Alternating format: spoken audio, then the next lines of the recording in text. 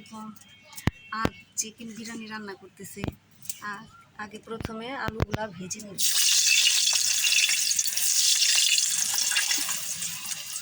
এত দেখাচ্ছে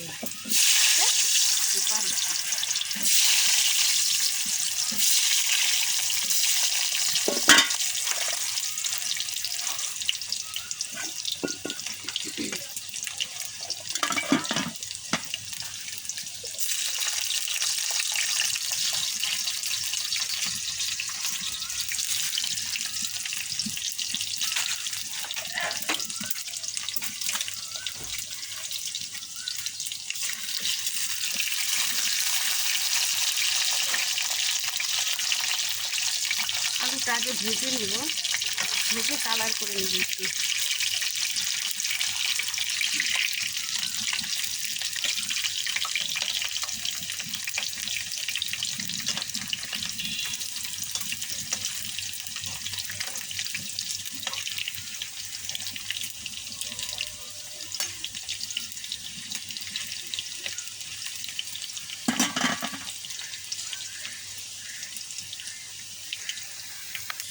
চলো গাইস, এখন আলুটা ভাজা হয়ে গেছে, এখন আমি উঠে নেব।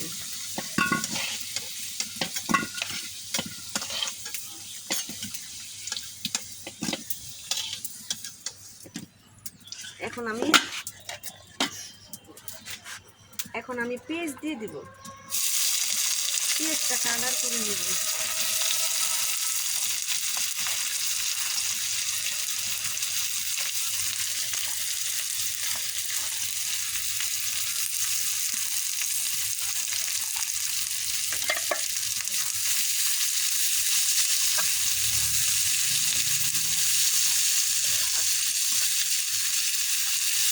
পেঁয়াজটা কালার করে একটু বেরেস্তা করে নেব।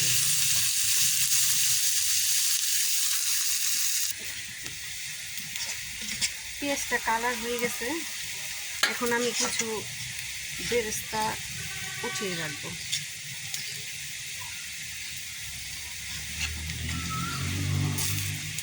পরে আমি এটা ব্যবহার করব।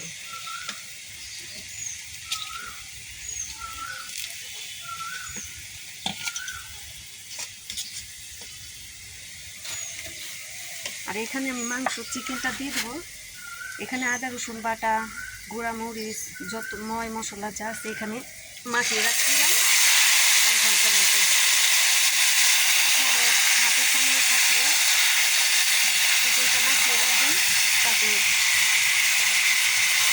ময় মশলাটা এটার ভিতরে ভালো মতো প্রবেশ করবে, তাতে চিকেনটা খেতে ভালো লাগবে, বিরিয়ানিটা খেতে ভালো লাগবে। এখন এটা আমি ভালো করে আগে কষিয়ে নেব।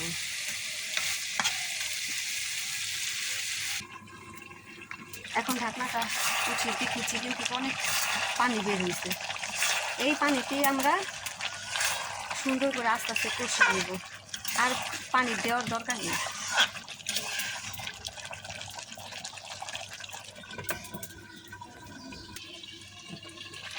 এখন কয়েকটা কাঁচামরিচ তো দিয়ে দিলাম, দিয়ে একটু হালকা একটু নাড়াচাড়া দিয়ে দিলাম।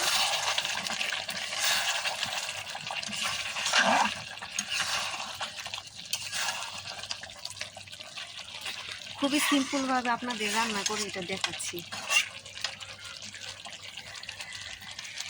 আবার একটু ঢেকে দেব।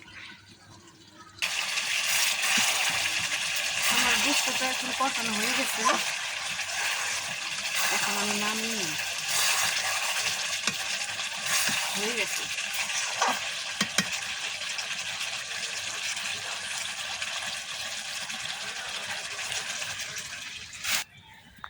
এখন আমি অন্য একটা পাত্রে নিয়ে নিলাম। এটার মধ্যে এখন চালটা ভালো করে ভেজে নেব। প্রথমে একটু তেল দিয়ে দিলাম। বিরিয়ানিটা একটু কম তেল দিয়ে রান্না করব, বেশি একটা তেল দিব না, কারণ বিরিয়ানিতে বেশি তেল দিলে খেতে ভালো লাগে না। অল্প একটু পেঁয়াজ দিয়ে দিব, পেঁয়াজটা কালার করে তারপরে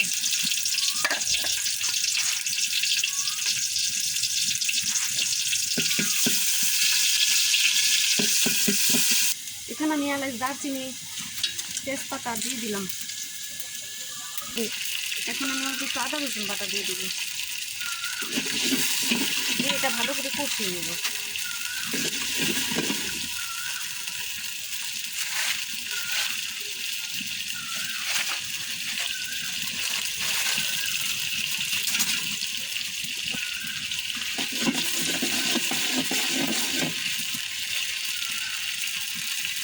এখন আমি চালটা দিয়ে দিব।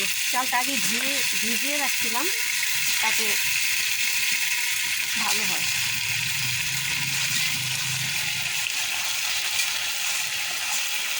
মাটির চুলায় রান্না করতেছি, মাটির চুলায় রান্না করলে ভালো হয়, টেস্ট হয়। এখন চালটা আমি ভালো করে ভেজে নেব, ভালো করে ভাজা করে তারপর আমি পানি দিয়ে দেব পরিমাণ মতো।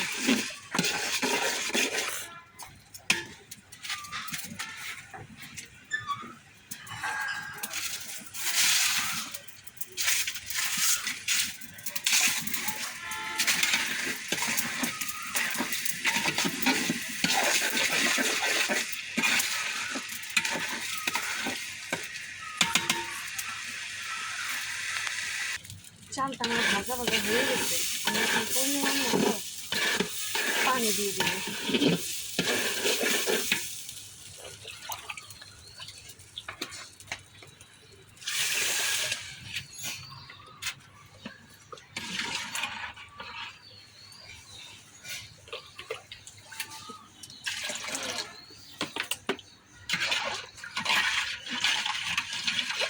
পানিটা আপনারা মেপে দেবেন যার যার মতো যতটুকু হবে। আমি আমার পরিমাণ মতো দিয়েছি। এখন আমি দিয়ে দিব আলুগুলা কেটে রাখছি।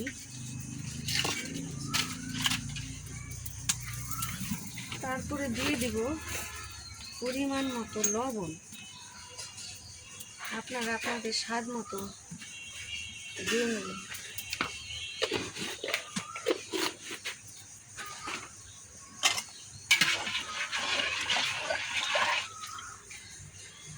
বলক আসা পর্যন্ত অপেক্ষা করি আমরা। এখন দেখি বলক আসছে না, তারপরে বলক আসা পড়ছে, এখন আমরা গোস্তটা দিয়ে দেব।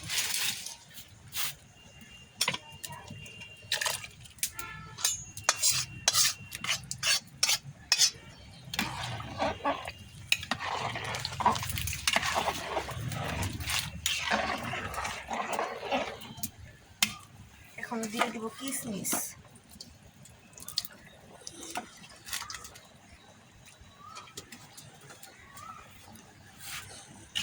এখন নাড়াচাড়া দিয়ে আবার একটু ঢেকে দিই, তারপর পানিটা শুকানোর আগ পর্যন্ত আমরা অপেক্ষা করি। এখন ঢাকনাটা উঠে দেখি কি অবস্থা। একটু নেড়ে দিব, নেড়ে চেড়ে তারপর নামিয়ে নিব।